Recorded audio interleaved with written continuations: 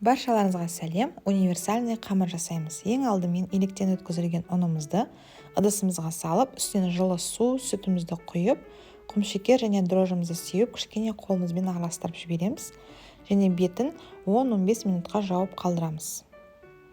Уақыт өткеннен кейін құмшекер мен дрожжымызда осындай реакция болады. Қамырдың үстінен тұзымызды, майонезімізді қосып, қамыр илейміз. Қамыр илеу барысында осыны перчатка киіп жұмыс жасасаңыздар өздеріңізге ыңғайлы болады. Қамырымыз кішкене қолға жабысатын болады. Илеп алған қамырымызды жылы жерде 1 сағатқа қалдырамыз. Уақыт өткеннен кейін қамырымыз осылай көтеріледі. Кішкене ақ майымызды құйып, сұйық майымызды қайтадан қайтарып жібереміз қамырымызды. Және тағы да 10-15 минутқа қалдырамыз.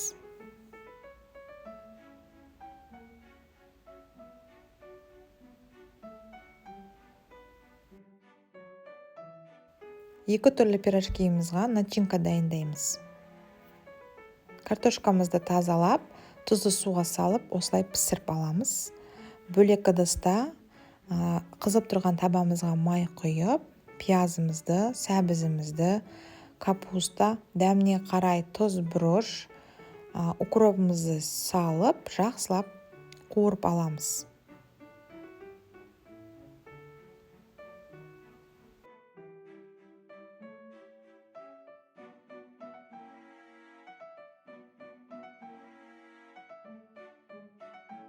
Пісіп шыққан картопымыздың үстіне сары май, аз ғана сливки немесе сүтімізді қосып, осылай есіп аламыз, пюре жасаймыз. Немесе өз қалауларыңыз бойынша майға аз ғана пиязды қуырып салсаңыздар да дәмді болады.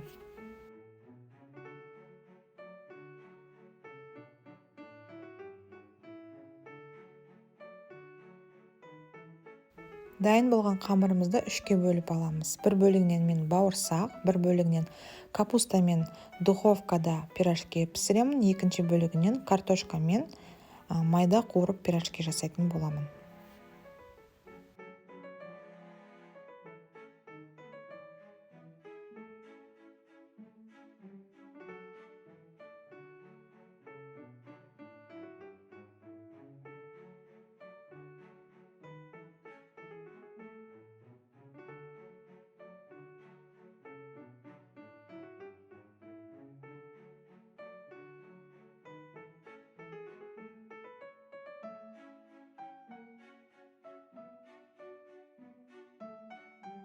Қалауыңыз бойынша кесіп алған бауырсақтарды бетін жауып 15-20 минутқа міндетті түрде расстойкаға қалдырамыз.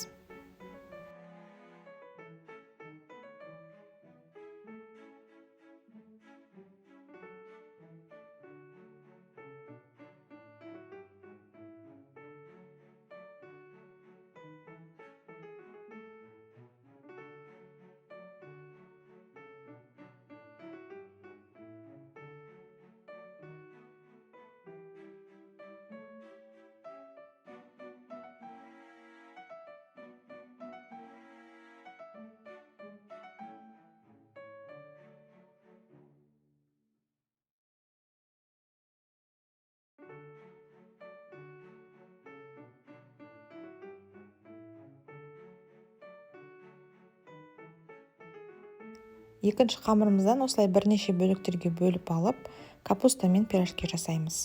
Бетіне бір жұмыртқа және сүтпен араластырып жағып шығамыз. Қызып тұрған пеште қызарғанша пісіріп аламыз. Менде осы бірінші лист шыққан бойында желініп кетті. Үшінші қамырымызды да осылай бірнеше бөліктерге бөліп, ортасына картошкамыздан жасалған пюрені салып, пирожки түйіп шығамыз.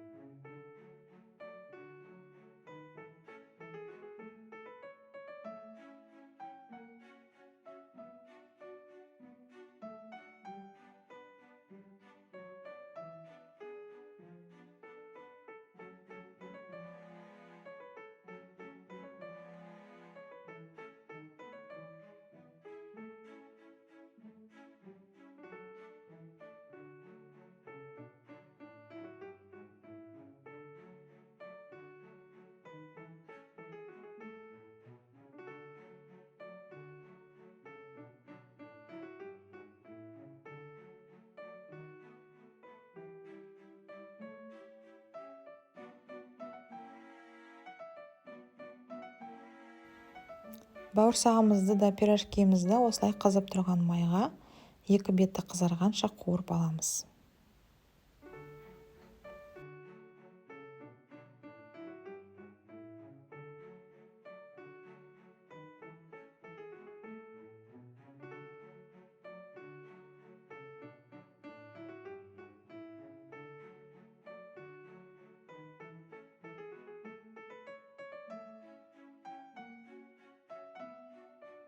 Осымен біздің әмбебап қамырымыздан жасалған өнімдеріміз дайын.